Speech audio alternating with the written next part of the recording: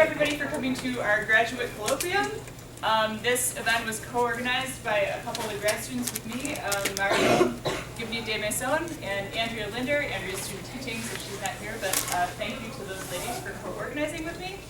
It is co-sponsored by the Graduate Colloquium Committee, the Department of Foreign Languages and Literatures, and CISL, which is the Center for Interdisciplinary Study of Language and Literacy. So our speaker for today, Kim Potowski, did her PhD in Hispanic Linguistics at my alma mater right down the road, University of Illinois at Champaign-Urbana, along with some other members of our department. She is an associate professor and director of the Spanish for Heritage Speakers program at the University of Illinois at Chicago, and that's in the Department of Hispanic and Italian Studies. She also has appointments in Latin American and Latino studies and curriculum and instruction. So she teaches graduate and undergraduate courses on Spanish in the U.S., bilingualism, cultural identity, and heritage language pedagogy. And on these topics, she's published numerous articles, books. She presents widely. The issue of heritage speakers and how interesting heritage speakers are for language acquisition is really gaining a lot of interest, and she is one of the experts, and we're happy to have her here today. So please welcome Kim Potowski. Thank you so much for being here. I also want to thank Erin Glickman in particular, in the Department of Foreign Languages and Literatures, CISL, which is, I learned how you say this. Oh, it is? Yeah? CISL, sorry, CISL, yes. And the Department of Foreign Languages and Literatures. It's so great that we're so close, right? The Chicago DeKalb connection. It was real easy to get over here, but I want to thank you all for coming and for being here. So sometimes this talk kind of feels like it's preaching to the choir, right? A lot of folks in the university context get that multilingualism is a good thing, but sometimes we're not really well equipped with the arguments when we hear people, right, in elevators or in different walks of life at cocktail parties, etc., who manifest ideas to the contrary, right, that oftentimes aren't true.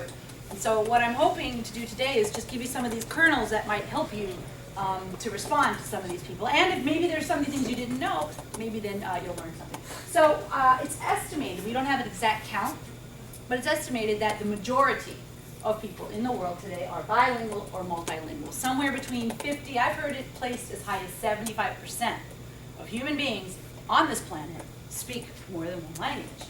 So I want you to guess what percent of the US do you think is bilingual or multilingual? I want you to raise your hand if you think it's between 0 and 25. Okay. 26 to 50% of the US. Okay. 51 to 75. Mm-hmm. And 76 to 100% of the US is bilingual. Okay. Now I want these groups combined, between 51 and 100, raise those hands again. These are the number of people in the room. It's about half the room who thinks that half or more of the U.S. is bi or multilingual. Now, we live here, you're very close to Chicago. You probably go there a lot, or you've been to other large cities, and so you might have that impression. I know when I take the train from Wicker Park down to UIC, where I work, I hear, 4 different languages. I was in Manhattan on Thursday, and I think I heard 29 different languages when I walked from Walgreens to my hotel, right? So when you're in a larger metropolis, you think this might be the case. But the truth of the matter is that the last time that they asked this on the American Community Survey, does this person speak a language other than English at home? Not a perfect measure of bi or multilingualism, but nonetheless the one that we have, 19.7%. So those who were the ones who raised their hands, don't lie. The first time you were correct. And I saw more hands this time. I don't know. But yes, it is about 20% of people in this country who say they speak a language other than English in the home. Which again, imperfect measure of bilingualism, but certainly a close one. Now, in our schools, of course, this has a huge impact. In 1979, we didn't have as many children who spoke a language other than English. Last time they measured this, to my knowledge, was in 2002, and it was 1 out of 5 kids in U.S. schools, on average, speak a language other than English. But now this average of 20% hides the fact that in the larger cities and towns, like we just mentioned, you have a lot more than that. And if we look at just the Latino population in particular, which is where I tend to focus my work, We know that Latinos currently form about 16–17% of the US population overall.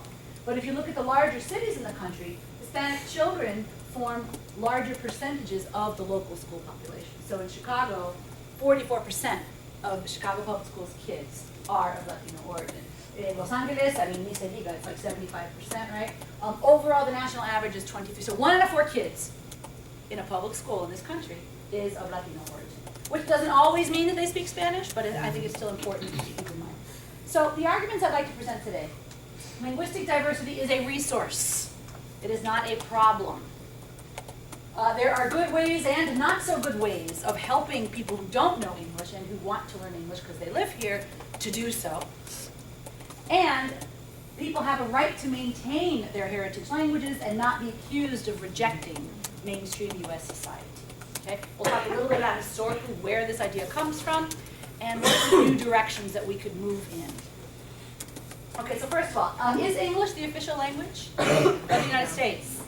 It is not very good. We do not have an official national language. Even though, as we just saw, 80% of this country reports being monolingual and, well, only speaking English in the home, okay? There is no law or constitutional amendment that establishes any national language. Keith, I think, has a really good analysis of this. She says that the founding fathers recognized that decisions about language need to be made at the local level.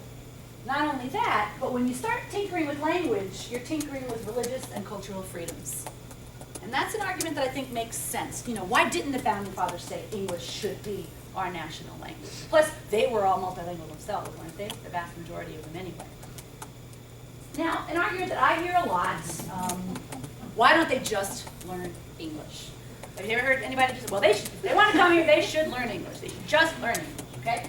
Well, you know what? They do.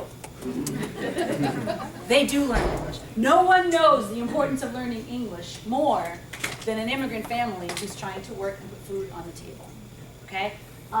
In fact, what we're seeing, we used to see a 3-generation language shift. We're starting to see an even quicker one that I'll get to in a moment. This study is a little bit dated now, but it's really fascinating. They looked at 35 different nations that are immigrant receiving. The United States was where immigrants most quickly shift to the dominant language of society. Okay, so we're doing something here that causes immigrants to abandon their home languages and integrate linguistically, right? The melting pot ideology, that had to do with languages too. These are the top 10 non-English languages spoken in U.S. homes. I'll let that sink in. Do any of those surprise you? Well, Spanish doesn't surprise anybody, right? I admit being kind of surprised that German is still here. Italian used to be number 8, actually. In the 2010 census, it was number 8, and it has dropped away. In Chicago, of course, Polish, right? Number 3. Okay. French. You know why French is so large? Well, there's a couple reasons. You've got the African Francophone immigrants. You have Louisiana, and then you have in the Northeast the Quebecois who came down. If you're at all interested in that, there's a fabulous documentary. It's called Réveil, which means to wake up, waking up French, Réveil. I highly encourage you to go online and get that if you're interested in French-speaking population up in the Northeast. So, you know, Vermont, you think Vermont, Green Mountain, like, oh yeah. So we have this whole French connection going on up there. Anyway, each of these language origin groups reports how well they feel they speak English. Okay? There's not at all, there's not too red hot, and then there's what, no, that's not the language. Then there's well, and then there's very well. Now, do you sense that people tend to underestimate or overestimate how well they speak English when they're immigrants? They tend to underestimate. In fact, I hear a lot of times from people who grew up bilingually in Spanish and English say, ay, mi español es terrible, and they'll sit there and have a whole conversation with you, right? But their Spanish is wonderful. So it tends to be the case that people underestimate, and even yet and still, this is the percentage of each of these language groups who say they speak English well or very well. Okay? Is anybody here worried that immigrants aren't learning English? Okay. P.S. Let's point out that there is a dire shortage of ESL classes for those who would like to learn English. Okay? It's very difficult to learn English by sheer immersion, just walking around, etc. It doesn't happen by osmosis. Okay? The last study that I saw in 2006 showed that 60% of the free classes had waiting lists, like really long waiting lists, okay? And when you think about some of the other challenges, the cost of the classes, what are some of the other reasons why an immigrant might not be in an ESL class? Transportation issues, child care issues, they work 79 hours a day. When are they going to have time to go and take these English classes? Okay, these are all important barriers. Now, some people feel, well, we have to legislate it. English only should be the rule, the law of the land. Is this a good idea? 31 states think it is. Is Illinois one of them? Yes, Illinois is one of them, believe it or not. 1969, Illinois decided. Now, this is on the books. Does it really mean anything? Or is it just symbolic? Sometimes you have to fight symbolism with symbolism, and I'll tell you what we did in Chicago. Just before Daley left the building, we put before him, we got one of the aldermen to put before him a resolution declaring Chicago a multilingual city. And he signed it. So we have a multilingual city in an English-only state. Okay? Neither one really means anything, except, like I say, I think it's important to, if they're going to pass this, well, then we got to pass something else, right? Fight the symbolism with something. 3 states do have a kind of what you could call protected bilingualism. Okay? In Hawaii, it's English and what's the other language? Hawaiian. Right? There's a lot of wonderful immersion, dual immersion programs. They're really resuscitating. You can write your PhD dissertation in Hawaiian now. In certain universities. Louisiana is English and French, and in New Mexico, English and Spanish. Okay. I want to present to you a couple of arguments. Jim Crawford, said this a lot more eloquently than I ever could, so I'm just going to rip off from Jim Crawford. Okay. Are English-only policies a good idea? He says no. Number one, first of all, they are unnecessary. We don't need to declare the sun is our sole source of heat and light. And we don't need to declare English as our national language. There's an overwhelming dominance. People are learning it more rapidly than before. I'll show you some data on that in a moment. It does not need legal protection. Okay? In fact, he states it is actually punitive. Okay? What you're doing is you're restricting government's ability to communicate in other languages, which could threaten the rights and welfare of lots of people, many of whom are U.S. citizens, right? Linguistic diversity is not just an illegal or undocumented person problem, okay? At the end of the day, pretty useless. It does not provide a single ounce of assistance in learning English to anyone, okay? I think what these people think is that, well, it provides them the motivation. No, it doesn't provide any additional motivation. The motivation is already there, and we'll see the proof in the pudding in a moment. It could frustrate that goal by outlawing programs that are designed to help bring immigrants in to mainstream society. I think it's quite divisive. Yeah. It's not cool anymore in certain circles to say I don't like immigrants. But you can certainly say I don't like their language. I don't like them speaking that language in front of me. So for a lot of folks, this linguistic repression is really just a proxy for hiding other kinds of discrimination. And when you look at the immigration history in our nation, the blue bar is Europe. That's where our immigrants used to mostly hail from. Where are they coming from now? Can you read that? Latin America and Asia. So this is a whole new type of immigration that's happening. And some would argue that this type of linguistic repression is a proxy for other types of discrimination. Inconsistent with American values, they've been declared unconstitutional in a couple of state and federal courts. Freedom of speech. Right? Don't you have the right to speak what you like to speak? And isn't it self-defeating? I mean, come on, right? In a globalized world, we're going to talk in a minute about how much effort we put into learning second languages in this country. And then we have this wealth, this treasure trove of immigrant languages. Shouldn't they be conserved and developed? Wouldn't that help us as a nation? Okay. So we're going to talk a little bit about how it helps us as a nation, but also how it helps individuals to be bi or multilingual. Now, I want to return for a moment to this punitive and divisive point. We have a linguistic climate. This is Harold Schiffman's term. Our linguistic climate is staunchly monolingual. And I'm going to present to you just a couple cases that made it to the news. I don't know how much of this stuff goes on that doesn't make it to the news, okay? 1995, there was a bitter custody battle, okay? A judge told the mother that if you speak Spanish to this child, he considered it a form of child abuse. That the mother was relegating the daughter to the position of a housemaid. Start speaking English to your child. He threatened to remove custody if the mother continued to speak in Spanish to the child. You may say, well, that's an extreme case, you're just cherry picking it, but these go on and on. You know how in the 50s they used to hit children for speaking Spanish, other languages? Well, 2003, a teacher was doing this in Phoenix. Okay. Manhattan, 2003, a bunch of girls, have you ever been to Sephora, the makeup store? Okay. A bunch of young women were hired for speaking Spanish and then fired for speaking Spanish. They want that linguistic ability when you're selling something, but don't speak it on your breaks. Okay? The EEOC does have certain language about when it's okay to say somebody needs English for their job. If speaking a non-English language, or not speaking English, I should say, if not speaking English interferes with the execution of your job responsibilities, you can be lawfully terminated. But during your break, right, that's why they were fired.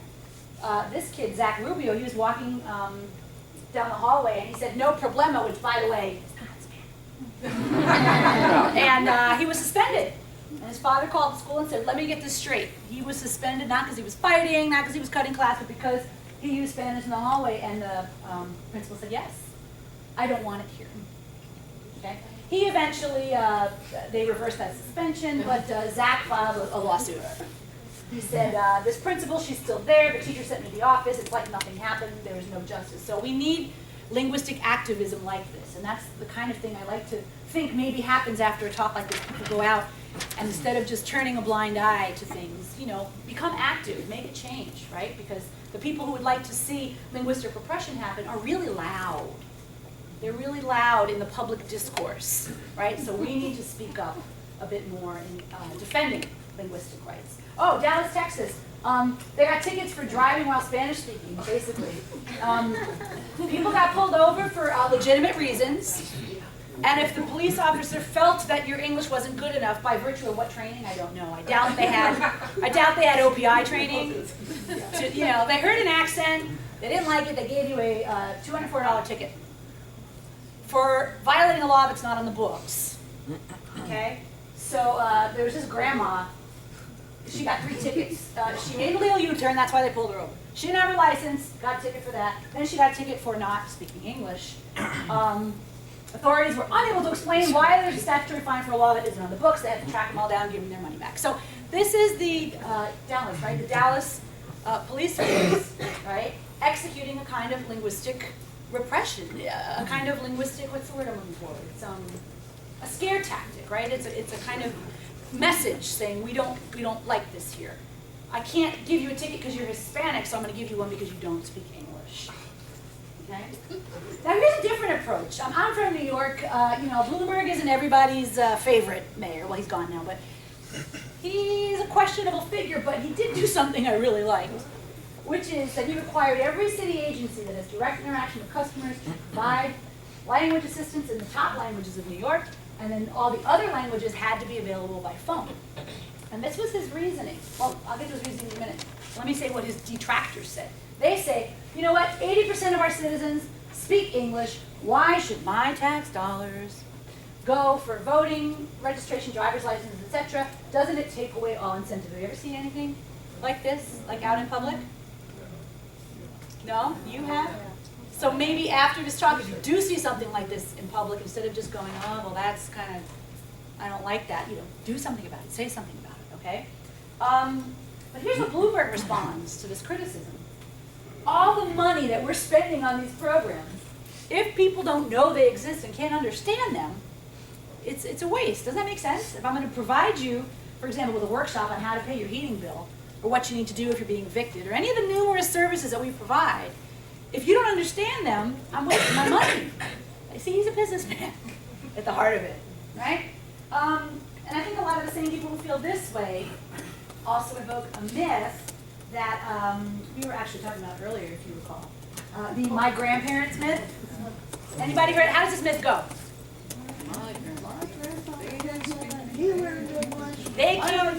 They came from blah blah landia, and they didn't need no stinking bilingual education or voter ballots in another language. They just worked hard. They worked hard. What's the implication there? You're not working hard. Today's immigrants are lazy. They're not working hard. They want everything handed to them.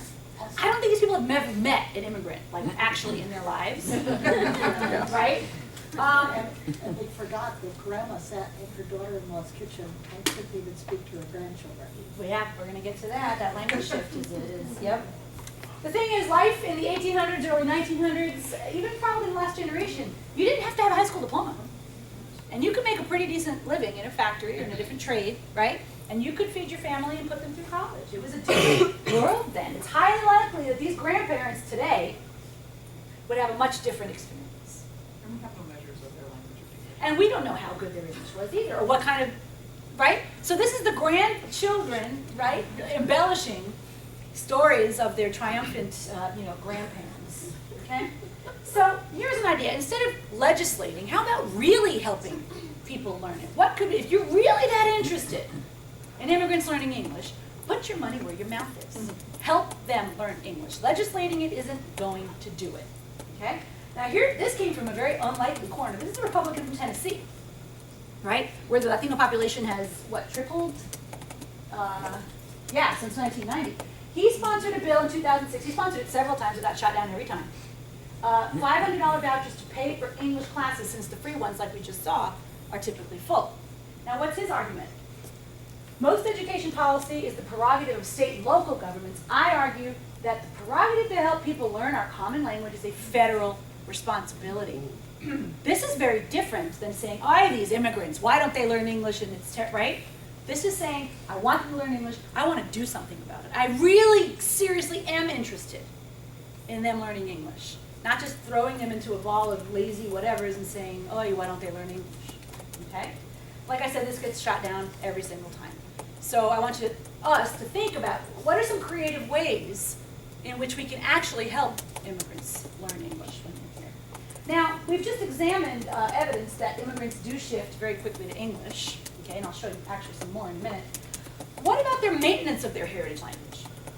Because when you learn English, that doesn't mean that you have to lose your heritage language, does it? But the truth of the matter is, they do. We talked about this linguistic climate. The dominant linguistic culture in this country aims to erase non-English languages. It goes back to Teddy Roosevelt. He had this great quote, I probably won't nail it verbatim, but basically he was saying, I'm not running a polyglot boarding house here. The only American is an American and nothing else. You know, he wasn't into this Mexican-American, Pakistani-American, the hyphenated American, right? Now, there's good news, right? I think we're becoming more and more inclusive. More people live on the hyphen, as a recent book has in its title, right? It's become more and more accepted now. You know, my nanny in the 50s in Brooklyn, you just didn't speak Lithuanian. You just didn't do that. Today, you hear less fear on the streets. But yet, we still have, you're in the United States, speak English, raise your hand if you've ever heard someone say this. Yeah? Why should I have to press 1 to hear English? You hear people get like really irritated at this. I'm in my country. If I go to China, I don't get to press 2 and hear English.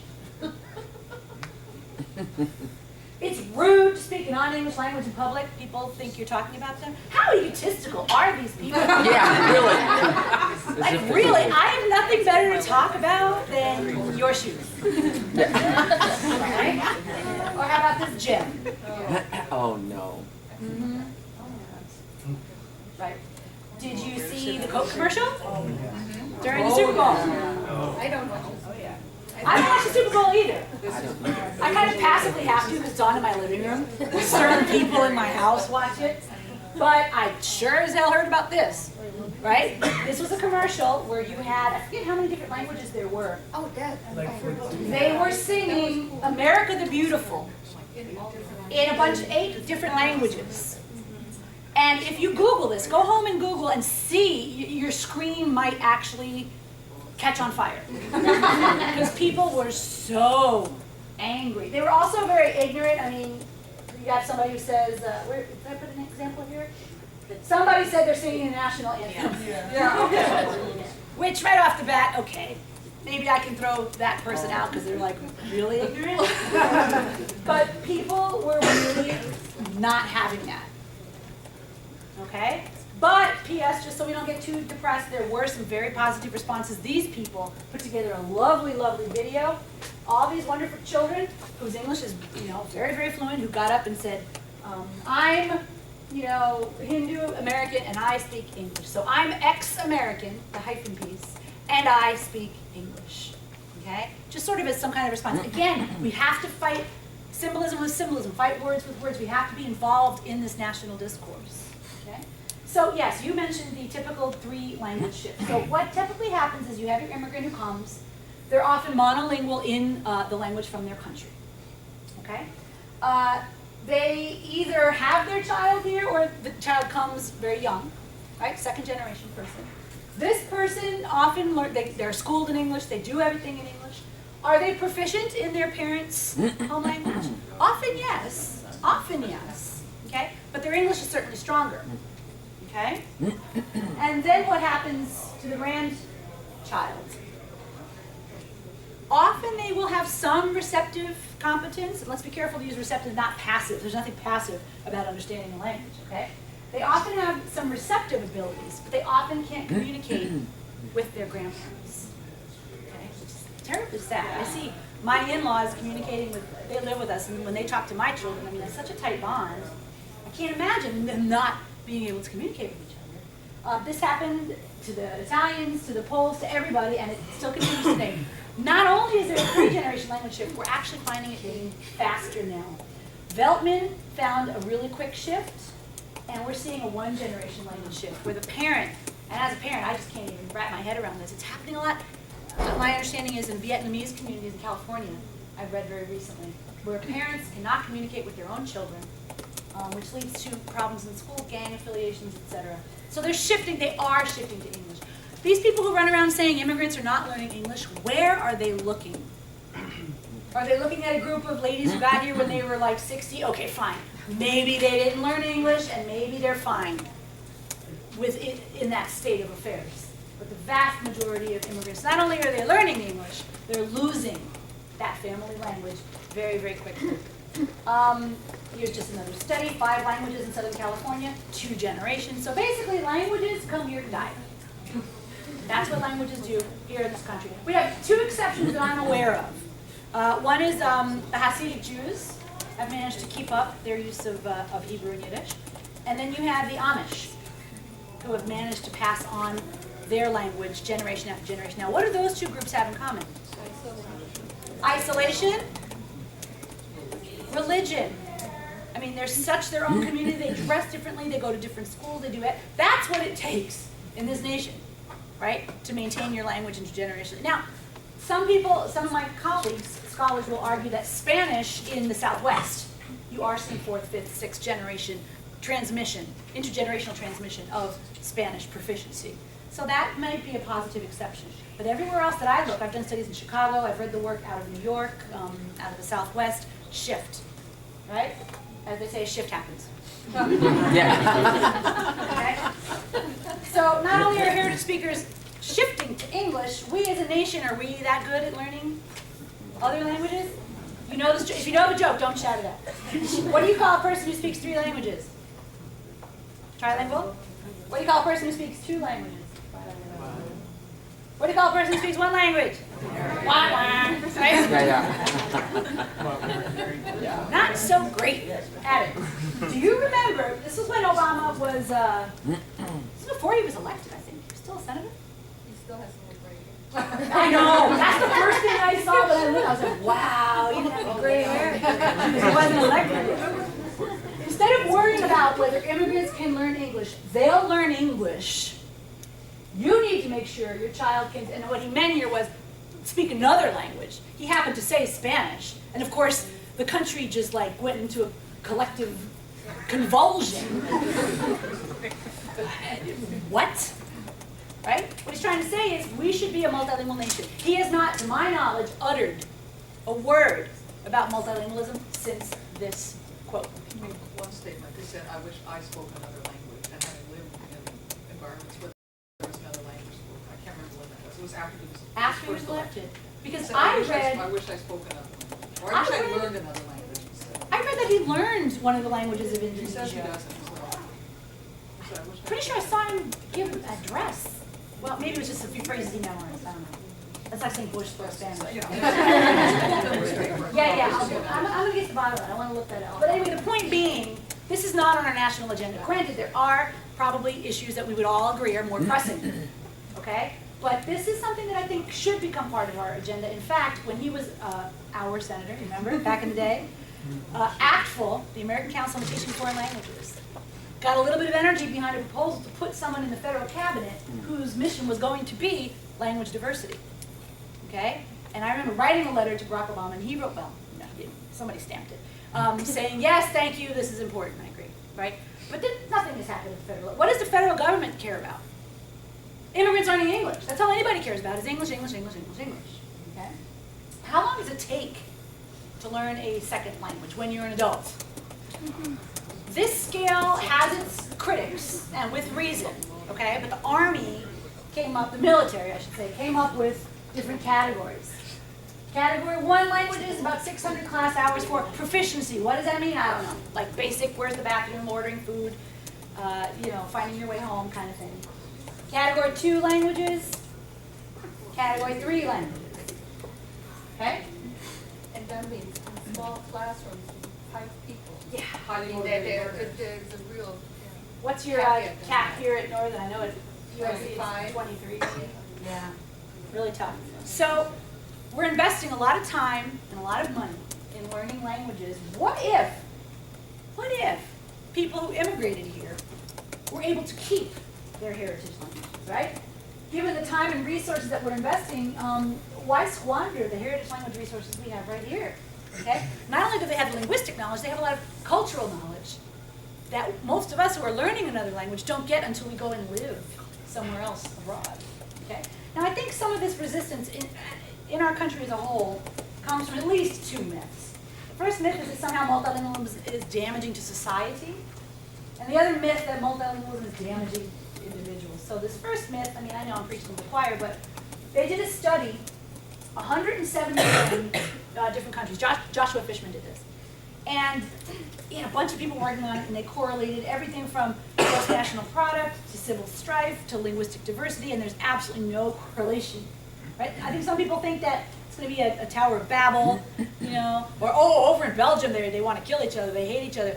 That's not because of the language. The language is the symptom of the underlying problem. The people who have a problem with each other happen to speak different languages. Does that make sense? It's not the linguistic diversity in and of itself that's creating the problem. Okay? The civil strife obviously comes from power imbalances and resource imbalances, not from language itself. So that myth, out the way. The other myth, some people actually think that multilingualism is somehow damaging to individuals, when we know, every time you open the New York Times, it seems, or any USA Today comes out, right? Have you seen these? Bilinguals are smarter, bilinguals are this, bilinguals are that, bilinguals are better looking, bilinguals are it's always there. Now, I think there's a lot of well-meaning people, professionals who really should know better, who will tell parents, don't speak another language to your child. I know Mandy and I have had this conversation quite frequently, okay? She's heard it, and I kind of want to fall over every time I hear this. Again, well-meaning individuals, a lot of times, who I think their fears come from 1 or 2 sources. One is that the child might not learn English quickly enough. Now, it is true, a child can go through a period in which it looks like they are behind their English monolingual peers. But that stage goes away very quickly, and they catch up. But I had this hairdresser, and how's your daughter doing? You still speaking to her in Greek? Because everybody I talk, you still, what's your language thing? No, I stopped speaking to her in Greek. She's 2. Why did you stop speaking to her in Greek? Because she was stuttering. I was afraid she was going to have a language problem. 60% of the people on this planet are multilingual. Even children who have learning disabilities. That kid is not a stutterer. Okay? But people even who are stutterers can be multilingual. Okay? But people get scared, I get that. Or they're afraid the kid's going to become confused. Okay? Children are not confused. They are not confused by multiple languages. Remember, 60-70% of the humans on this planet, our brains are wired for this. We were meant to be multilingual. Yeah.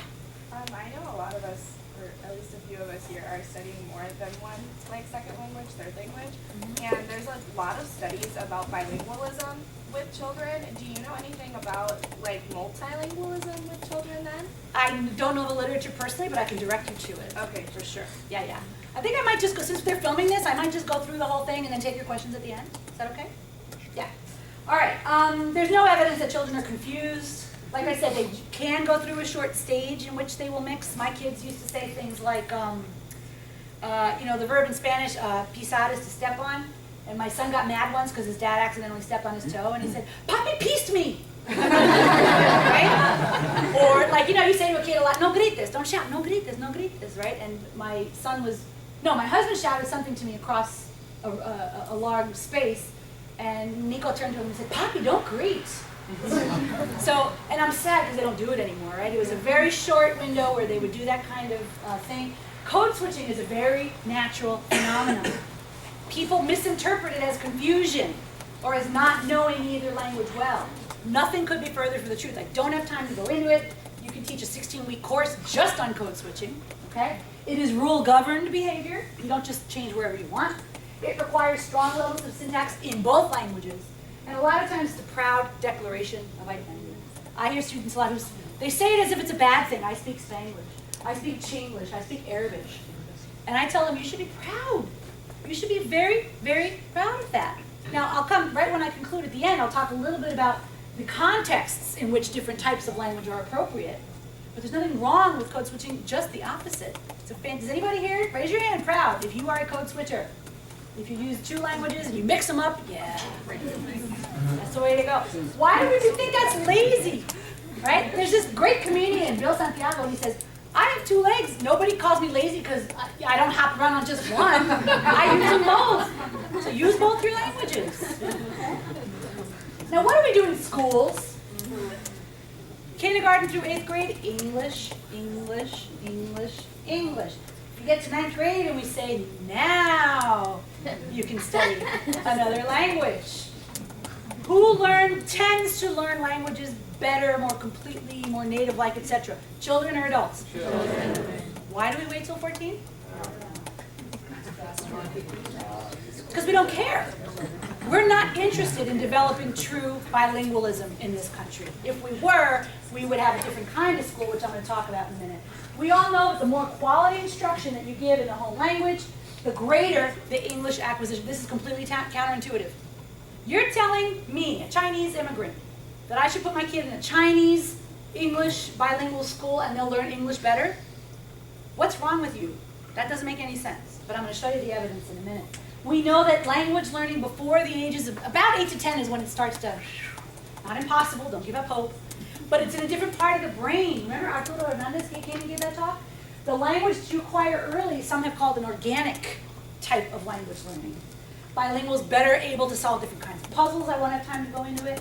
So what we need are truly bilingual programs, okay? And I'm going to talk about some of this a little bit. When a kid shows up to school and doesn't know English, there are generally 3 different choices around the nation, not in every town. You can put them in 100% English, okay? You have to give them some ESL here. It's illegal. It's illegal to just throw them in an English-only classroom with no support at all. Happens all the time, but it is illegal. Another one is bilingual education, and I use my air quotes not to offend any of my bilingual educator colleagues. I have the greatest respect for them. But most bilingual education programs, there's nothing bilingual about them. What is the goal of these programs? English. There's no stated goal of maintaining the heritage or home language. Okay? A third kind of program is different. It's called two-way immersion, sometimes called dual immersion. It's where 50 to 90% of the day is in that home language. Okay? And P.S., you know who attends these programs? It's not just the kids who need to learn English, it's the kids who are monolingual in English. These kids have parents who say, I want to cure my family's monolingualism. I want to send my kid to a school where they can really learn another language. And I keep using Spanish here as my example, but it can be any language. So, you ask parents, which kind of program do you think is going to end up in the strongest English for your kids? What do most parents say? Gotta be this one. Because if I want to, I don't know, learn to play tennis, the more time I spend playing tennis, I'll be better at it. If I want to learn to play golf, I should play golf. If I want to learn English, I should put my kid in an English program. Well, check out what happened. This is now following kids in all 3 of those different kinds of programs when they're in 11th grade. Okay? Here's the English only. Here's the bilingual. Here's the two-way immersion. This is English reading. How is it possible that you're so good at English reading when you took 50 to 90% of your day in Spanish? It's just how it is. There's a couple of reasons why. I'll just throw one out there. When a child understands what's going on around her or him, right? They don't fall behind in the content here. They're able to keep up with that as they're learning the language. Okay? This data is from, let's see, Thomas and Collier. That's probably national. There's also data from California, from Lindholm Leary. There's data from Texas as well. This data is, it's all out there. What about the English-speaking children? Is their English going to suffer? No. They do just as well, sometimes better, than their peers. In English, in math, and everything else. And, by the way, they learn Spanish, right?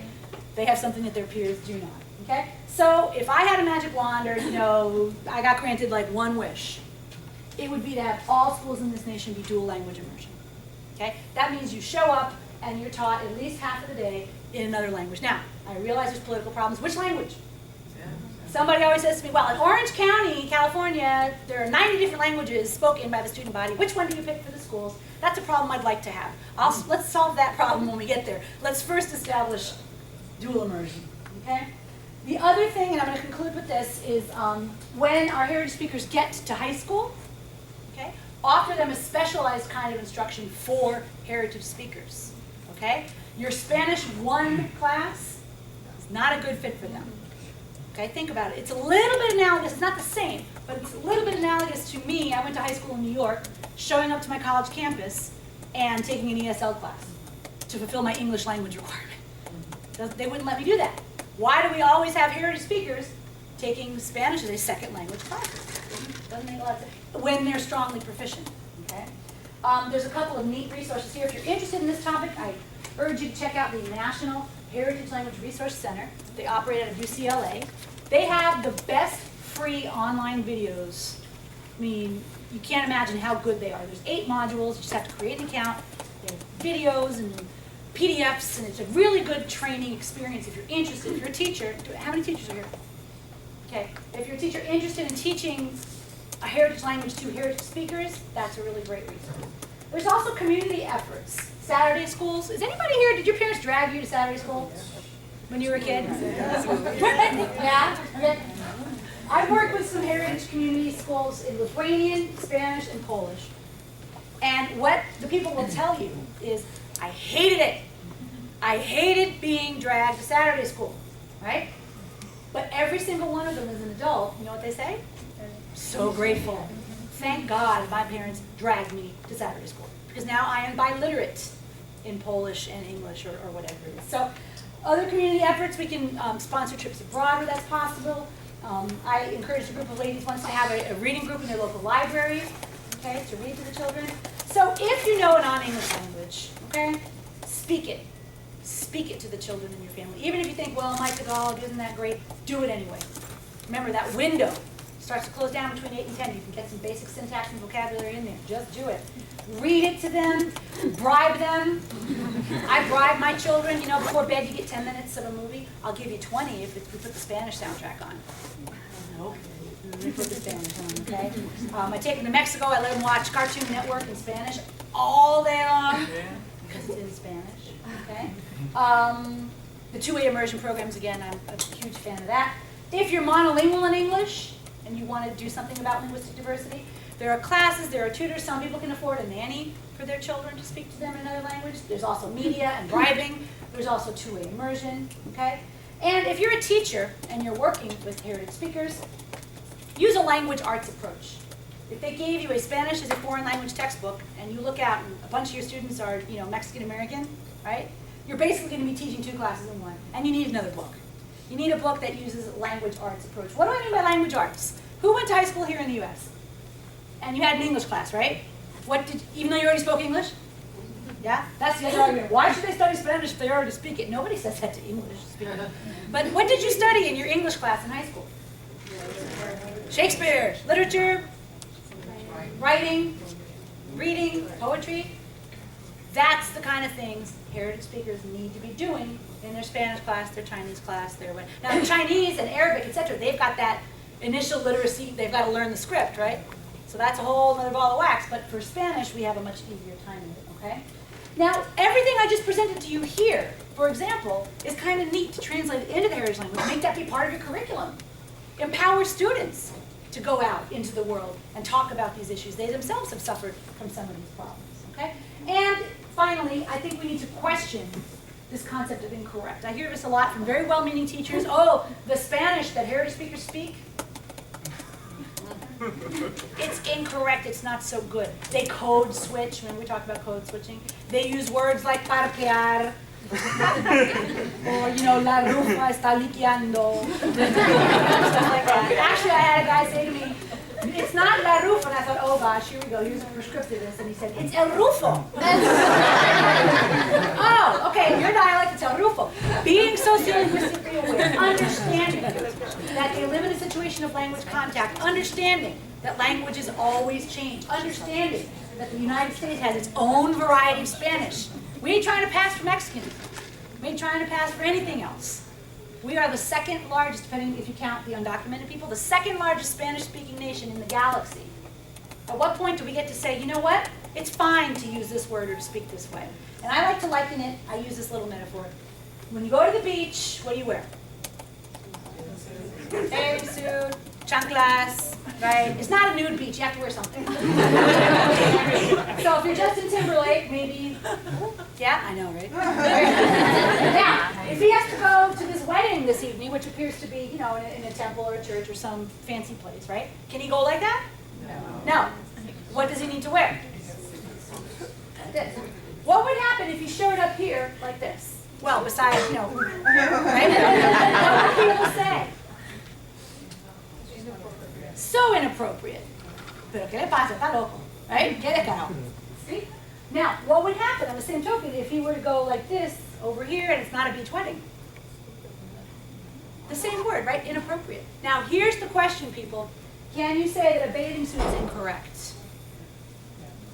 Can an article of clothing be inherently incorrect? Can we use that adjective to describe? No.